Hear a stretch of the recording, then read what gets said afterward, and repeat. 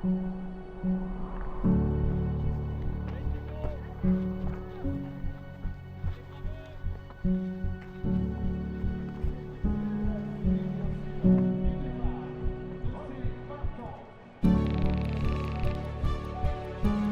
schéma, c'était le calme avant la course, le calme sur le début de course.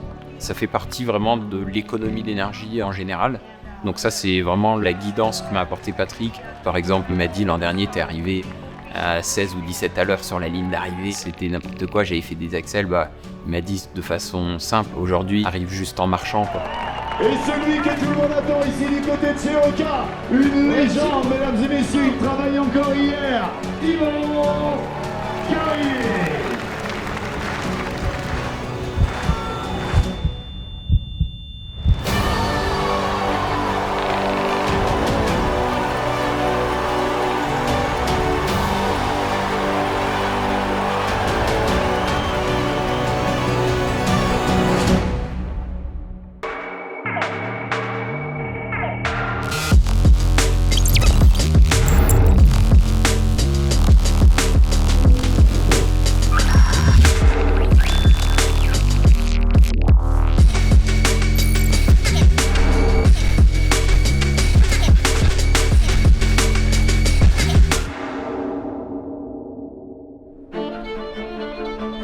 Cette année, j'ai choisi de faire complètement différemment de l'an dernier.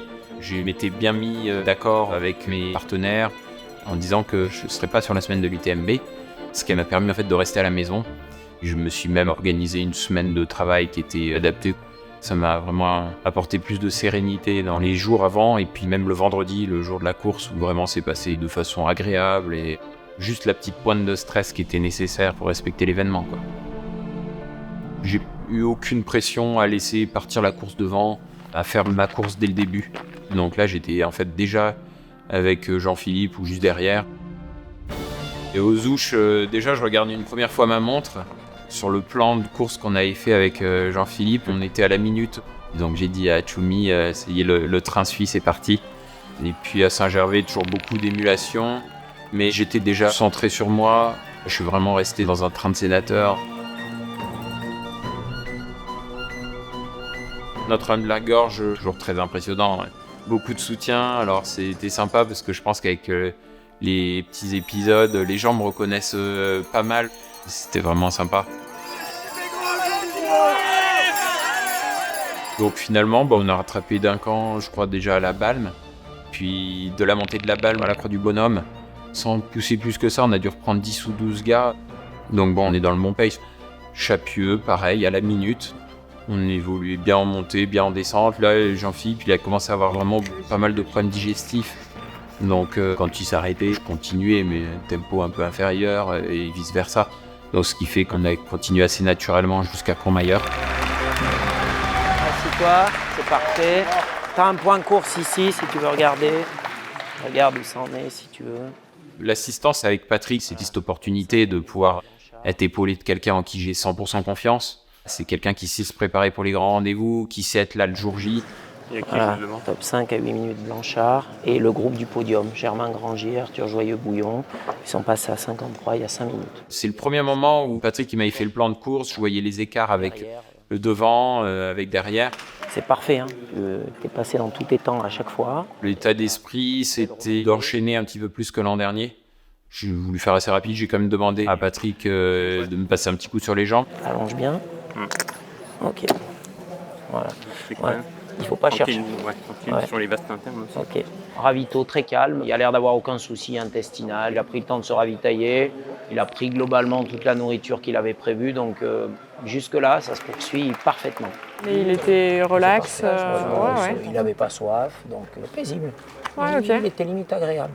J'ai massé un petit peu ses petites cuisses. On a vu ça à la vidéo. En douceur. Il m'a dit, voilà, j'étais là, tu vois, moi, relax. Il m'a dit un petit peu les vastes internes. J'ai dit, allez, allons-y.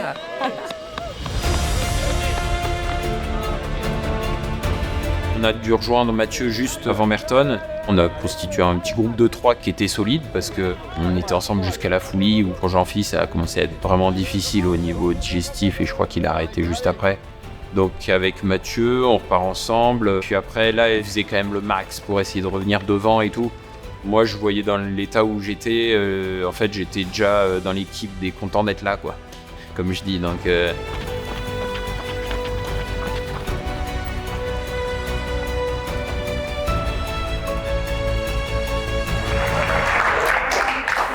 Allez, histoire.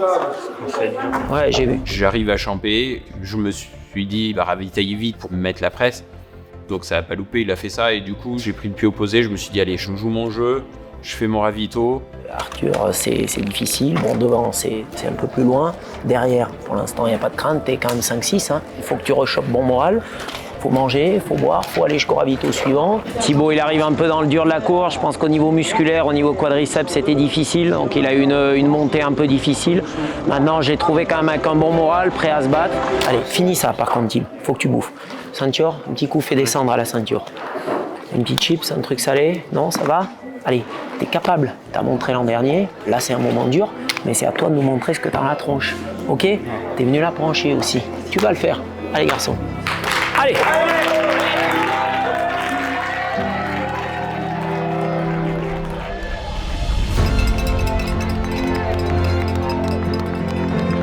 Je suis reparti plutôt tranquille.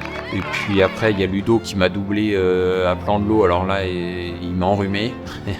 D'ailleurs, je crois qu'il est rentré assez vite sur Mathieu. Et puis on est arrivé dans la montée à Bovine. J'étais à 5-6 minutes. Ludo, je le connais, c'est pas le mec qui craque. Mathieu, il a montré que son niveau de perf, c'était entre 20 et 21 heures. Sauf grosse défaillance, il y a peu de raisons que je revienne.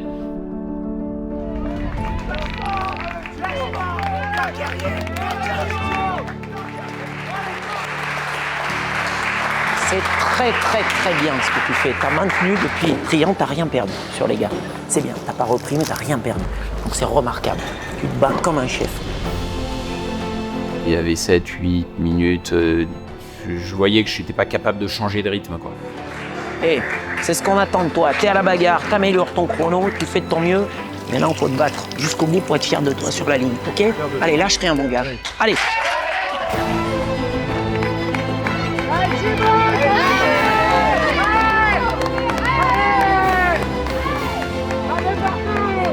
Allez, tente des matchs avec l'année dernière, là.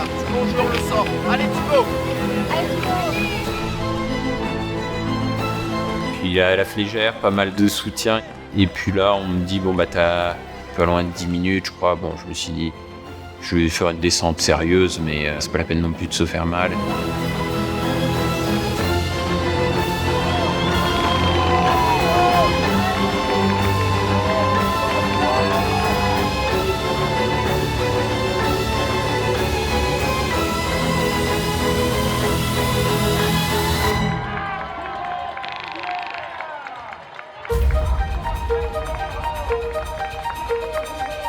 J'avais pas d'objectif si ce n'est que de faire mieux que l'an dernier. J'ai gagné 1 heure en fait, 59 minutes je crois. Donc c'est significatif.